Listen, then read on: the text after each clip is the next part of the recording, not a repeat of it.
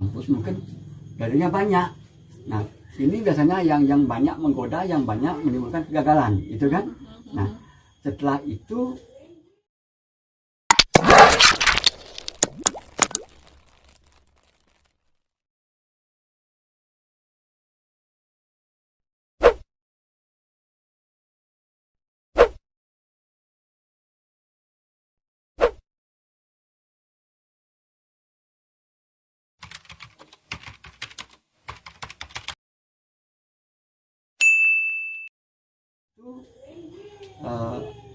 datanglah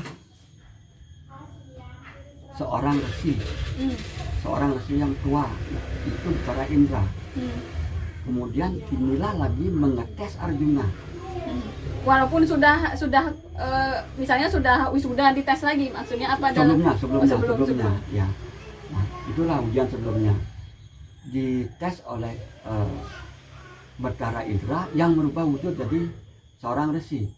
Loh, wahai anakku, kenapa kamu seorang pertapa membawa senjata?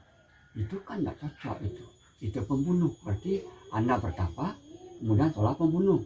Arjuna menjawab, saya ini seorang ksatria, ini penjaga-jaga saya. Nah, setelah itu baru kemudian Betara Indra itu merubah wujudnya kembali, bukan lagi seperti seorang resi, Betara Indra. Kemudian Betara Indra lagi mengingatkan, wahai anakku Arjuna, sebentar lagi akan datang Betara Siwa. Tolong tingkatkan lagi tapanya. Mungkin di tingkat mahasiswa ujiannya akhir-akhir sudah pasti. Habis PPL, habis KKN, ya. proposalan, ya. ini skripsian gitu. Iya, skripsian. Nah, itu akan dites oleh Betara Siwa Mahaguru. Nah, mungkin di sini ya Komando Rektor atau ketua jurusan dan sebagainya ini yang terlibat. Nah, tolong tingkatkan lagi. Dengan demikian Arjuna itu langsung menjawab, saya akan tingkatkan, saya bertapa 10 kali lipat.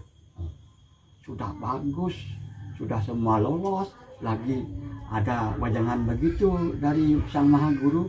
Kemudian anaknya ini tanpa ada paksaan, saya akan meningkatkan lagi yang namanya pembelajaran, pelatihan dan sebagainya. Nah, begitu datang Betara Siwa, dia langsung yaitu berwujud sebagai seorang pemburu. Nah, kemudian ada raksasa namanya Larudaka itu mau menghancurkan juga. Makanya berubah jadi Waraha, babi. Nah, babi. Inilah yang kemudian mengguncang Gunung Indrakila. Karena ada begitu ada guncangan, Arjuna turun, maka dilihatlah yang namanya babi. Oh, inilah pengganggu tapa saya. Kemudian dipanahlah babi itu. Siwa pun juga memanah. Maka sudah itu dibuat dengan rupa jadi satu panahnya. Di sanalah antara pemburu dengan Arjuna itu saling mengakui, oh ini panah saya, oh ini panah saya. Akhirnya bertempur. Begitu pertempuran itu sedang sengitnya, maunya Arjuna itu mengambil kakinya, Siwa hilang. Maka berwujud Siwa lagi. Nah, saat itulah ini yang keluar, Betara Siwa memberikan anugerah yang amat sangat utama yang diberi gelar dengan Cadu Sakti Pasupati. Inilah yang membunuh nanti musuh-musuhnya. Kalau di dalam KKWN ini, inilah yang membunuh raksasa Nila Rudraka yang ingin menghancurkan surga. Oke. Jadi dalam cerita ini apa yang dilakukan oleh seorang peserta didik atau mahasiswa sehingga guru bisa memberikan seperti Siwa berikan kepada Arjuna ini? Apa yang dilakukan dalam konteks saat ini, Pak? Kalau tadi kan dia berani bertempur walaupun itu adalah gurunya sendiri yang dia tidak tahu, sampai akhirnya diberikan Pasupati ini. Jadi kalau dalam konteks saat ini, apa yang dilakukan oleh siswa sehingga gurunya bisa berlaku seperti Siwa yang Bapak ceritakan tadi? Ya, tetap itu berpijak dan swadharma. Swadharma adalah kewajiban yang harus dilaksanakan oleh seorang di saat fasenya apa. Kalau dalam fase Brahmacari, Brahma berarti ada saksi Tuhan, dalam hal ini adalah pencipta ilmu pengetahuan. Berarti seorang siswa ini adalah bergelut dengan ilmu, bergelut dengan ilmu. Bukan berarti terus belajar, tidak. Sewaktu-waktu boleh mengasuh, bukan kaku sifatnya kan gitu. Boleh jalan-jalan, Ya boleh itu makan, biar tidak boleh ke tegang, pantai. boleh ke pantai, kemanapun boleh. Yang penting tidak lepas daripada kewajibannya. Ini sekali lagi cocok dengan pendidikan saat ini. Nah, apalagi sekarang menurut penilaian saya sekarang perlu ditingkatkan daripada Kesadarannya, kualitas daripada imajinasi seorang peserta didik terhadap dalam, kesadarannya untuk membelajarkan dirinya. ya jelas sudah pasti itu. Andekan semua peserta didik, semua peserta didik ini seperti sifatnya Arjuna, tidak ada murid yang tidak naik kelas, tidak lulus remedi. Nah, ada, berarti berhasillah kita di dalam pendidikan, bukan di level bawah lagi. Nah, kalau begitu utamanya kadang-kadang permasalahan yang saya lihat di masyarakat inilah alih bahasa penting. Jadi kalau hari ini pun Pak ya, saya tidak membahas podcast ini walaupun hanya 1 bait, saya dalam imajinasi saya ketika misalnya ibu atau bapak menyanyikan lagu ini, saya masih berpikir bahwa ini cerita tentang Arjuna dan Siwa di zaman dahulu gitu. Dan seperti itu ceritanya, udah sampai di situ saja. Saya tidak bisa melakukan pemaknaan terhadap lagu ini, bait ini dalam kehidupan saya sehari-hari dan profesi saya sebagai, dalam konteks ini sebagai seorang dosen, kalau tidak dialih bahasakan seperti ini. Jadi kecerdasan kita juga untuk memahami atau mengartikan sebuah hanya 1 bait gini aja sebenarnya sangat diperlukan ya. Ya, gini ya, inilah perlunya alih bahasa. Karena bahasa yang tertuang dalam buku inilah sudah pasti bahasa Jawa Kuno, bahasa pengarang. Bahasa pengarang ya Pak? Ya, bahasa pengarang ya. Kalau pengarang itu kawi namanya, sang kawi. Bahasa Jawa kuno itu sama dengan bahasa kawi? Ya, sama. Artinya begini, kenapa seorang pengarang memakai bahasa yang sangat begitu sulit? Sudah pasti tujuannya pengarang itu, kalau sudah sulit, ada timbul kita rasa ingin tahu. Kalau sudah rasa ingin tahu, pasti ingin belajar. Dan kalau sulit itu rasa jenuh jauh. Karena menantang ya. Ya, makin menantang. Pak sudah lama berpengalaman dalam hal ini. Kadang-kadang ada bait kekawin tertentu yang adanya huruf mati, aksara mati. Kalau itu nggak diketahui, sampai kapanpun juga tidak bisa dibaca. Nggak bisa dibaca atau nggak bisa lanjut lagi kita menerjemahkannya. Kalau menerjemahkan, bukan sudah aksara mati, jangan lihat lalui aja. Lalui aja gitu, dengan tidak merubah ya makna, dengan tidak merubah daripada apa yang tertera di sana. Gitu. Jadi sahabat Suar, ini adalah contekan saya karena bait ini ada dalam bahasa Kawi seperti yang huruf Bali seperti yang disampaikan oleh Pak Budi tadi. Saya pun tidak memiliki keterampilan untuk membaca seperti ini gitu. Gini aja kan, semua ini tahap belajar. Pak juga suka belajar juga gitu kan. Nah karena saking hobinya gitu, namun tadi pemerhati gitu kan, berarti hobi. Kalau hobi itu, kalau sudah hobi, meskipun ada kenal sedikit, ya kita baca. Kalau nggak tahu, tanyakan orang yang lebih tahu kan begitu. Jadi kesehariannya kalau teman-teman sahabat Suar punya hobi atau kesenangan pada diri membaca atau apa, saya taunya beliau ketika luang atau ada permasalahan sekalipun beliau nyanyi loh. Kalau orang bisa nyanyi berarti nggak stres ya Pak? Nah, itu Kalau orang stres berarti nggak bisa nyanyi ya? otomatis ini kalau kita itu pikirnya agak guncang dikit gitu kan. Tidak bisa bernyanyi. Nah, kita juga kan di sini ada begitu permulaan membaca mau bikin emas tuh. Itu kita resapi, kita renungkan, mudah-mudahan tidak mendapat halangan. Untuk memahami ini. Biar dimudahkan oleh beliau. Ya. Karena kalau biasanya kalau ada orang punya ayatnya begitu, paling tidak ada canang. Nah, itu sarana kita untuk memohon turunan kepada beliau. Oke. Jadi agar kita memiliki kecerdasan untuk memaknai ini yang secara benar. Ya. Ya. Jadi kalau kita lihat satu ini satu bait saja seperti itu kita bisa membahas, mengulasnya untuk konteks kehidupan kita saat ini teman-teman, apalagi berbait-bait ini luar biasa. Oke, untuk terakhir Pak, apa yang intisari dari pembelajaran kepada adik-adik mahasiswa atau adik-adik peserta didik atau dalam konteks pendidikan secara luas yang saya tahu kita semua adalah Arjuna, kita setiap hari kita adalah Arjuna yang membelajarkan diri kita terhadap permasalahan apapun, karena mungkin kemarin kita sudah bisa menyelesaikan masalah, hari ini belum tentu kan. Ya. Jadi di sekolah pun kita analogikan anak-anak belajar di sekolah, kalau sekolah yang benar-benar sekolah ya kehidupan ini kan, kita semua juga Arjuna. Nah kalau menurut Bapak dari satu bait kekawin ini saja, apa yang kita harus miliki sehingga kita bisa menjadi Arjuna yang diberikan Pasupati oleh Siwa? Nah, itu kuncinya sudah jelas itu. Ya, kita harus punya dedikasi yang tinggi.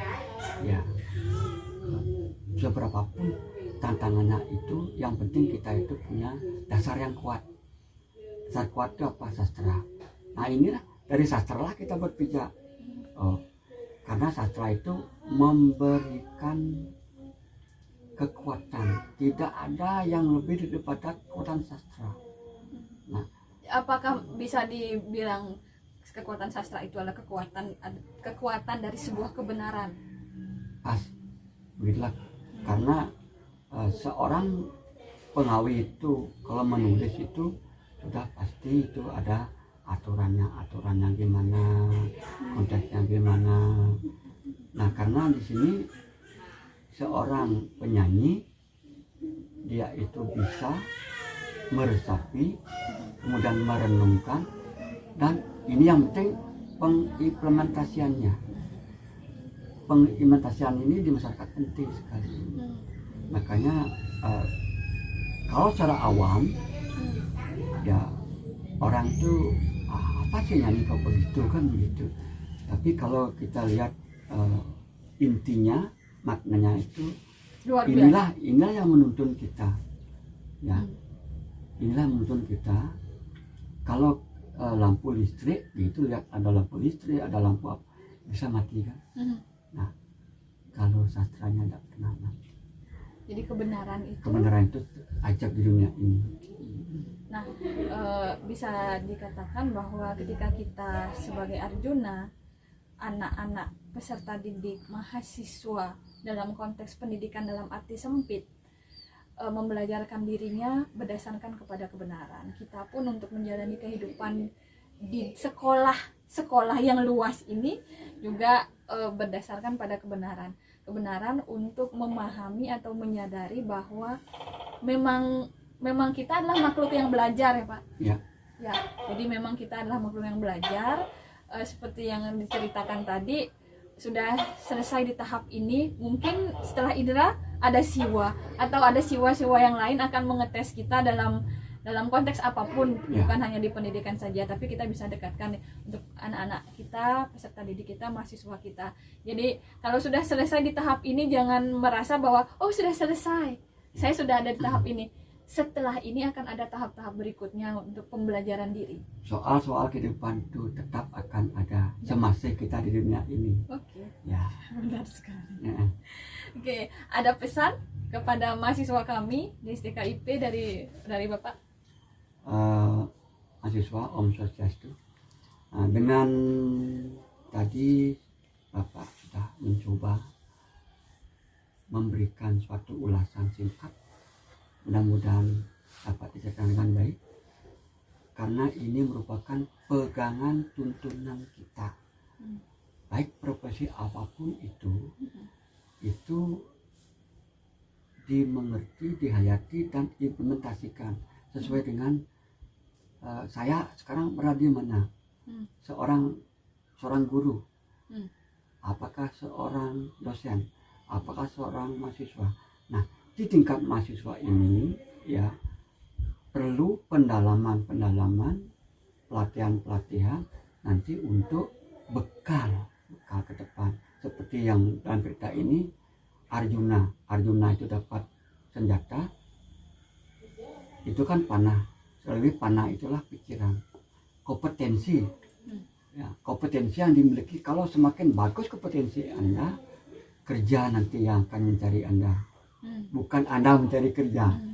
Gitu kan, mahasiswa di Bangli punya kompetensi yang luar biasa, nanti kan didengar oleh ini nanti ambil orang ini, stakeholder ini, ambil aja orang. Kita kan jadinya seperti pribadi dapat kita itu kerjaan yang bagus, kemudian tidak usah kemana-mana. Nah, kalau saya ibaratkan seperti pepaya, tahu pepaya kan? Pepaya, Pak. Ya, kalau pepaya itu kalau sudah dia tuh matang, diam dia di kebun. Ya, nggak bilang, oi saya udah matang, cari saya. Otomatis burung apakah yang mencari. Nah, itulah pesan yang saya bisa berikan. Kurang lebihnya mohon dimaafkan. Akhir kata yang tutup dengan Parma Santi. Om Santi Santi. Oke, terima kasih Pak Budi. Jadi saya tertarik dengan filsafat matangnya sebuah pepaya, sangat kreatif. Jadi kita tidak usah proklamasikan, kita tidak usah untuk promosikan bahwa kita sudah matang. Nanti dengan sendirinya burung atau siapapun manusia akan mencari kita. Tapi dalam proses memperkaya diri, mengasah diri, mencerdaskan diri, kita harus memiliki sebuah konsep kebenaran seperti sastra yang Bapak sampaikan, kebenaran bahwa kita memang harus belajar, bukan harus untuk apa, tapi memang harus secara sadar kita memahami diri kita dalam kondisi kebodohan, kegelapan, ketidaktahuan. Dengan itu kita serta-merta akan membelajarkan diri kita untuk mengasah kompetensi kita di dunia kerja ataupun di dalam kehidupan kita. Oke.